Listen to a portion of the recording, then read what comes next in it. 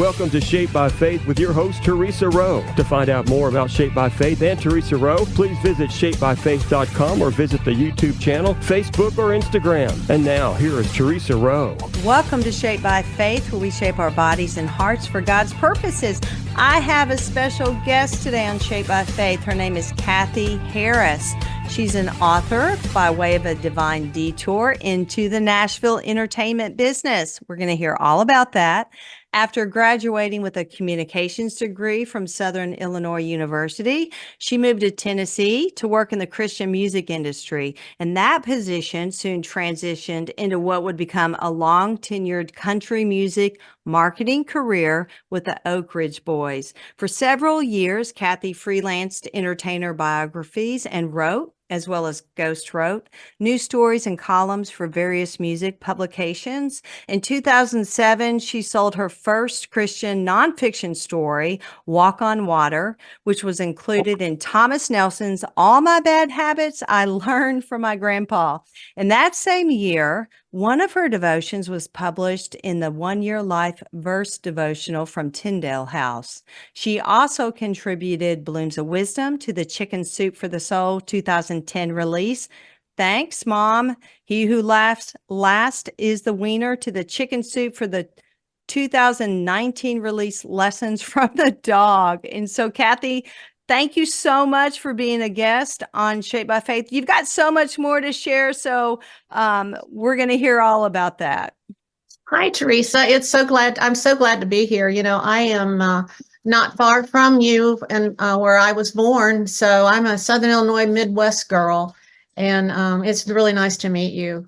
Well, nice to meet you too. I love when God connects people. I do.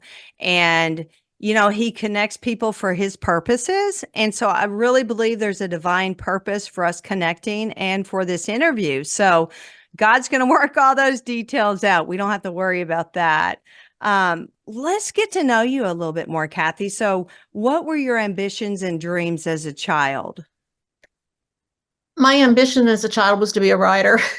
Really? Yeah, I had a great childhood. I was an only child, grew up on a farm and in the country. And I loved horses and all of the farmyard animals and stuff like that. And I loved, you know, like my neighborhood kids. But early in my diary as a young girl, I made entries about how I wanted to grow up and write books. And I just carried that dream. I didn't write back then any more than homework. But when I went to college, I studied journalism because there was no creative writing course at Southern Illinois University at the time. And I took English as a minor, and I did everything I could to learn about writing. And so I just pursued it that way. That's incredible. You know, when we look back on our childhood, so many times we can see where God was at work. And especially with you as a writer, I truly believe, Kathy, that God answers the desires that we have in our hearts. And sometimes he tweaks those desires. You know, they have to line up with his will. But wow, God has done that in you, and we praise God for that. I love your book. I read your book. We'll talk about that in a little bit. Let's talk about your Christian walk. Like, were you always a Christian as far back as you can remember, or when did you commit your life to Christ? I am from a very Christian family. My grandparents, my memories of them are praying at the table and reading their Bible in their chair. My grandmother played the organ and the piano for the church service. My grandpa was a deacon. I just have so many, that's just embedded in my memory as to who my family is and who I am. I was in elementary school, and I remember that my great uncle, who was a minister, was traveling as a minister, and he came to a revival. And I was a young girl, and I remember thinking, I want to know this Jesus that he's talking about, but I didn't do anything about it. It wasn't the moment that I walked forward. Mm-hmm. And that happened throughout my elementary school. And then in high school, I went forward, gave my life to Christ. And grew, because for me, it's a growing process. Some people just have an immediate change in their lives. For me, it was a growing process. And I just looked for him to guide me. And he has, and he's guided me through some things that I never thought I could do. I never thought I could go through. And so I really feel like my beginning was back in that revival, but it's just been an ongoing relationship, which it should be. Yes, absolutely. And I love that, you had a great uncle that was a minister, and it caught your attention, and you were paying attention, it sounds like, your whole childhood. And then you took it very serious in your high school years, in which, some people wait longer than that. I waited until I was 26 years old to really make that commitment, because I really didn't understand it until then. So, God has different plans for each one of us, and that was his plan for your life. And God sustained you, definitely. And he matures each of us as we allow him in. Tell us about your short-term position as an instructor after your college graduation. What were you doing? I could not find a job after I graduated college in communications in 3 years, and I couldn't find a job. And Really? yeah, which is, they tell you you're going to find a job, especially back when I graduated. And so I moved back in with my parents, and I ended up working as a college level, junior college level instructor at a minimum security penitentiary. I taught poetry for a quarter, and I taught literature, English literature, for a quarter. And it was I can't imagine not having had that happen to me, because it was just a great experience. The gentlemen that were there were, a lot of them, not much older than me, and they had committed a lot of different things in their lives, and they were paying those consequences. But I'm a really positive person, and I really believe in the power of God, in our lives, to change and make good out of what was bad. And so I felt like, if nothing else, my job was to teach them poetry and literature, but also to let them know that there was second chances in the world. And I feel like if there was one particular class that I felt like there was just I got that across to them, and it made me so happy, because I felt like that was more important than poetry. And so it was an amazing experience. I'm glad I had it. Wow. That is really neat. And they took you serious, right? Even though you were young, They about around did. their age? They Uh-huh. did. Maybe because my dad was actually an officer there at the penitentiary, Maybe you know, but that could have it was helped. very serious. But but no, they did. I mean, we had a lot. I mean, it's if you're going to learn something about somebody, teach literature or poetry and have them pick it apart, and you're going to find out the innermost about somebody, because that's how we interpret those things. And so Hmm. it was very real. It really was. That's fascinating. That is. So how did you establish, okay, you went from there teaching poetry and literature, and you established a career in the music industry. So how did that happen?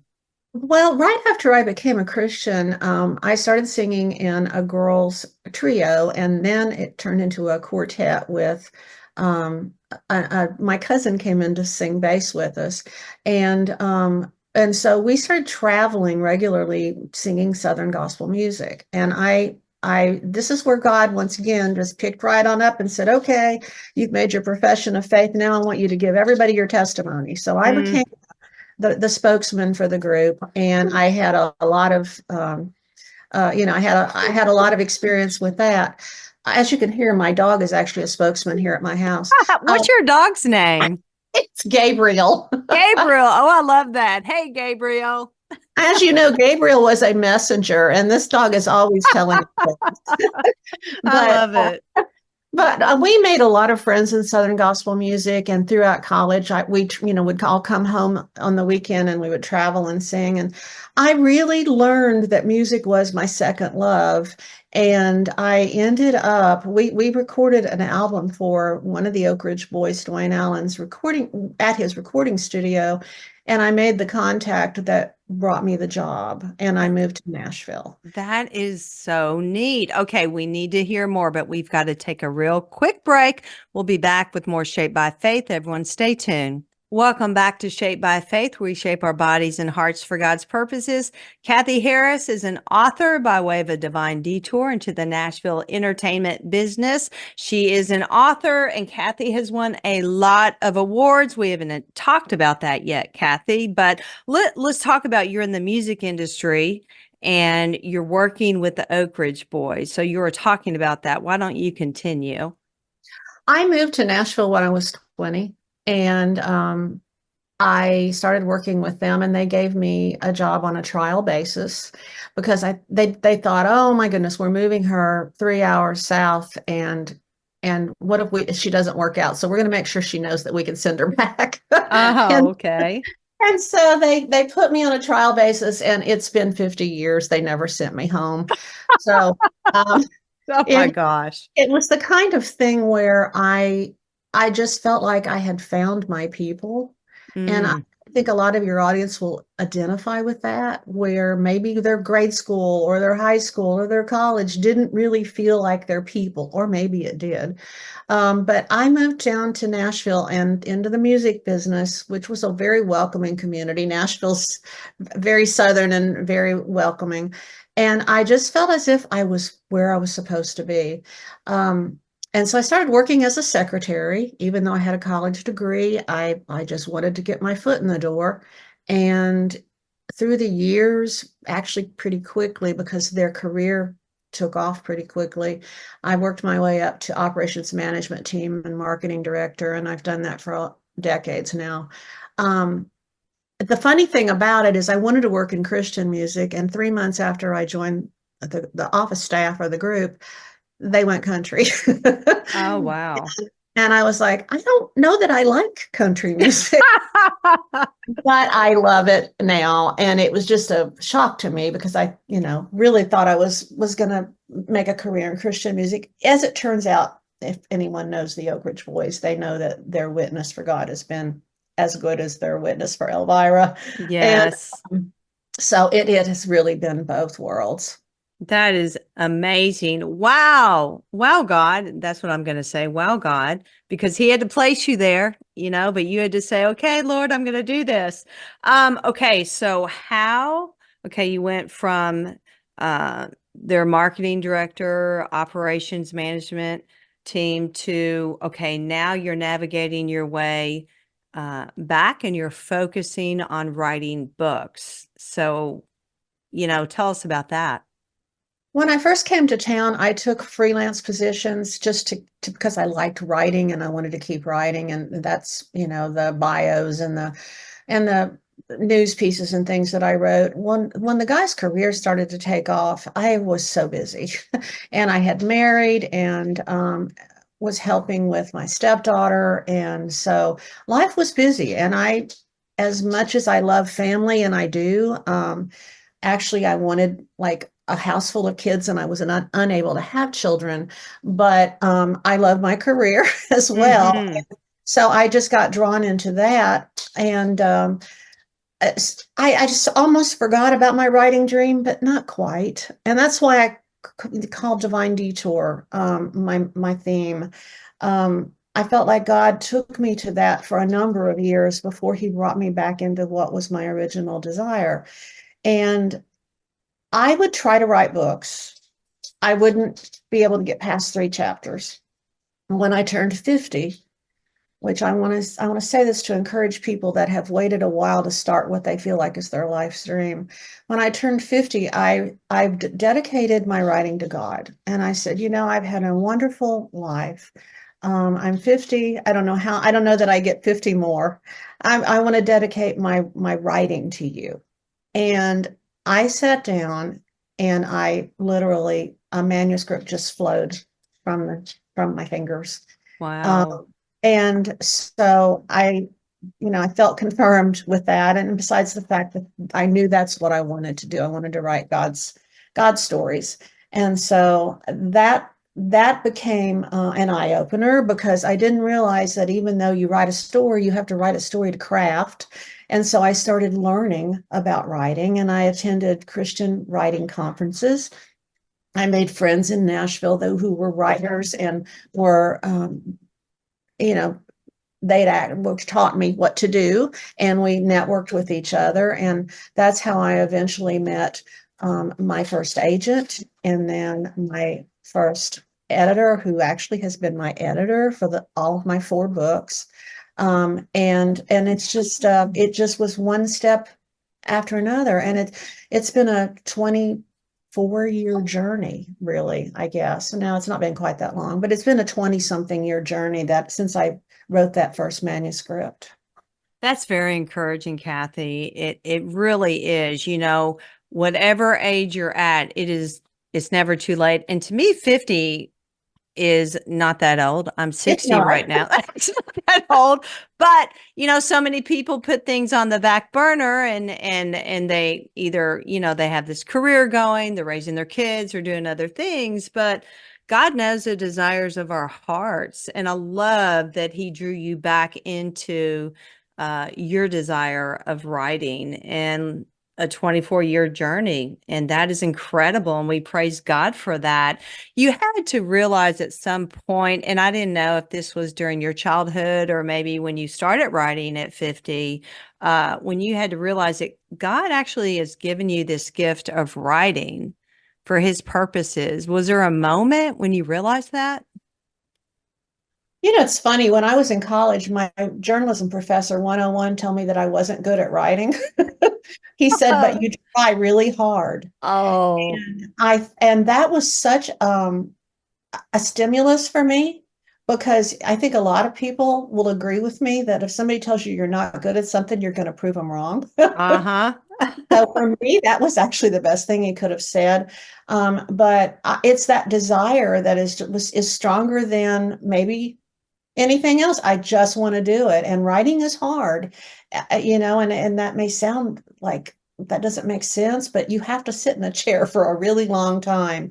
And it's just, it's not easy, but it's something that's so fulfilling. And so, yeah, I don't know. Anyway. Well, you know what, Kathy? I think if that college professor had told some other people that, I don't think everyone would have taken that very well, and they might have given up. I know that, instructors and professors and teachers really have an impact on people.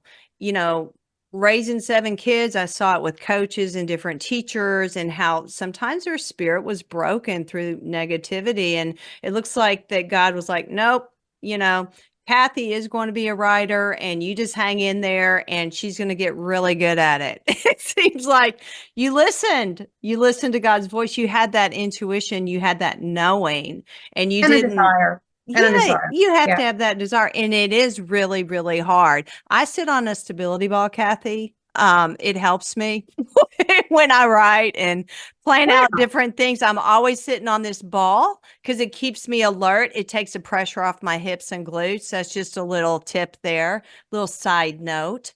That is so beneficial for our health as well, and it helps develop strong core muscles. I didn't know we were going to go in that direction, but I just thought I would throw that out there. I have thought about one of those, and I think that that's really an excellent point. And yeah, I think it's a great point, because writing can be hard on your body. I mean, no other way to Absolutely. put it. And on a And ball, you can just kind of roll around, side to side, and loosen things up, and then yeah, it's great. I'm actually an Apple Watch girl, Yes. and I love the fact that it tells me to get up and stand every hour. And all those little tips are so important, I think. Yes. It challenges me to walk so much a day, to exercise so much a day, and I that's my little coach on my wrist, and whatever works, this works for me. So Yes. you have to do that. When it says get up and walk, you can bounce on the ball instead. because I'm telling you, it will Really? increase your heart rate. Oh, yes. Yes, yes, yes. Well, You you'll just have to tell me what kind to buy. I will. And it goes by your height. Whatever your height is the size you buy. So yeah, we'll connect and you can go to my YouTube channel. I've got some ball videos on there at Shaped by Faith. But anyway, this is not about me. Let's get back to you. We need to get into your books. And so let's take a real brief break. We'll be right back with more Shaped by Faith. Welcome back to Shaped by Faith. Kathy is an author and she has been so inspiring. And just to listen to her talk about when she started writing again at the age of 50, and she's been on this journey for 24 years. Kathy, what inspired you to write your first book, The Road to Mercy? Actually, the first manuscript that rolled out of my head was has not been published, and most writers will tell you that those are the little ones that you tuck under the bed and that collect dust bunnies. The second book I wrote was called second manuscript was called The Road to Mercy, Okay. and it was when I wanted to write women's fiction in particular, because I love to talk about the angst of life and how God gets us through it. And that story was inspired by something that happened to me in my childhood. I was a young girl, and my dad came home from working over a late night shift, and he said, "There's been a plane crash behind the house." And so my mom and I and my dad got in the car, and I'm a young girl, and we drove around the fields and around the block, and we went and we saw the site of this plane crash. And had removed all of the bodies, and we were just walking around. It was early in the morning, and it was just so eerie to me. And Mm-hmm. to make it short, my dad actually discovered the body of a child, and he it really affected him, and he came through and told me about it, and it affected me for a long, long, long, long time, because I felt as a young child that was hard for me to understand. And so I went on for years, and I wanted that child to have lived. I just wanted that child to have lived. And so my first book, I imagined that child having survived the plane crash. And the story that I wrote ended up coming out like almost on the anniversary of that crash, and accidentally. And it was so cathartic for me. And it made me also feel like, even in that short life, that life actually, I hope, encouraged people because of the book. I wanted it to anyway. That was my goal. My goal is always to encourage people and to show how God's turns some things that are not great into things that are blessings. And so that was the first book. After that, my editor and my agent came to me and said, "We think you should be writing romantic suspense." Okay. I've seen elements of that in this book. And all of my books are set in Nashville. They all have a music business element of some sort, which, once again, I believe is why God said, "Let's put off your writing for a while and put you in the music business in Nashville so you can write about that." So my series is called the Deadly Secrets series, Mm-hmm. and it has the first book is Deadly Commitment, the second book is Deadly Connection, and the final book is Deadly Conclusion. And it's about a series of Tennessee Bureau investigation special agents and cases and they're all standalones, but if you read them in order, you actually will get a little bit more out of the series. So a little bit of romance, a lot of suspense, some crime, some real life, but a whole lot of faith. I really want faith and working your way through things with God to be in there. Well, it definitely is. I read your book that you sent me, Deadly Commitment, and I love the way you at first just subtly weaved in that element of faith in and out of your chapters. And, towards the end, when things are worked out with Danny, I mean, she is praying, whereas before she didn't. And I just love that. And I think a lot of people can relate to that. Mhm. And so thank you for weaving your faith into your writings. I mean, because obviously your faith has influenced you as a writer just as much as the music element and living in Nashville. God had to have brought all that together for you to write like you do. I agree, and I'll tell you a real funny story. When I Yeah. first my editor who ended up acquiring all four of my books, but at two different publishers because she moved from one to the other. Um, she told me when I first knew her, she said, "I really love the idea that you write Nashville books with the music business element." She said, "But nobody will ever buy those." Oh my And I goodness. thought, well, that's what I want to write.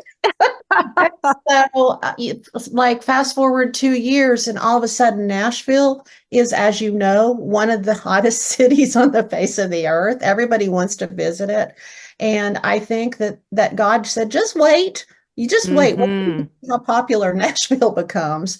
And I have to tell you, I sometimes think I work for the Chamber of Commerce because I love that city so much, and and maybe that shows a little bit too. But so everything has its time, and God's timing is perfect. That's right. And when you have this knowing like you do and you did inside of you, you stick with what that gut feeling is telling you as you pray, Yes. and Yeah. God brings it about exactly perfectly as you said in his timing. How important are book reviews to you? I read them. A lot of our authors don't read them. I I know. read, um, and some of them are hard, but I will say, as long as somebody writes a productive book review, whether it's a 1 star or a 5 star, then I get something from it because I want to know whether my character was believable or not. I want to know those things. Mhm. Obviously, I love the good ones better than the bad ones, but the bad ones can be helpful as long as they're done in a spirit of love. You know. Absolutely. All So right. yeah, So your website is kathyharrisbooks.com, and we can purchase your books wherever books are sold. Is that right? that's correct. Kathy, you have been so enjoyable. Thank you so much for what you do. Thank you, Teresa. I appreciate you. Absolutely. And thank you for listening. I'm Theresa Rowe. Everyone have a blessed day. Thank you for listening to Shaped by Faith with Theresa Rowe. Remember to visit shapebyfaith.com to find out more about workouts, the TV show, podcasts, blogs, Shaped by Faith products, and much more.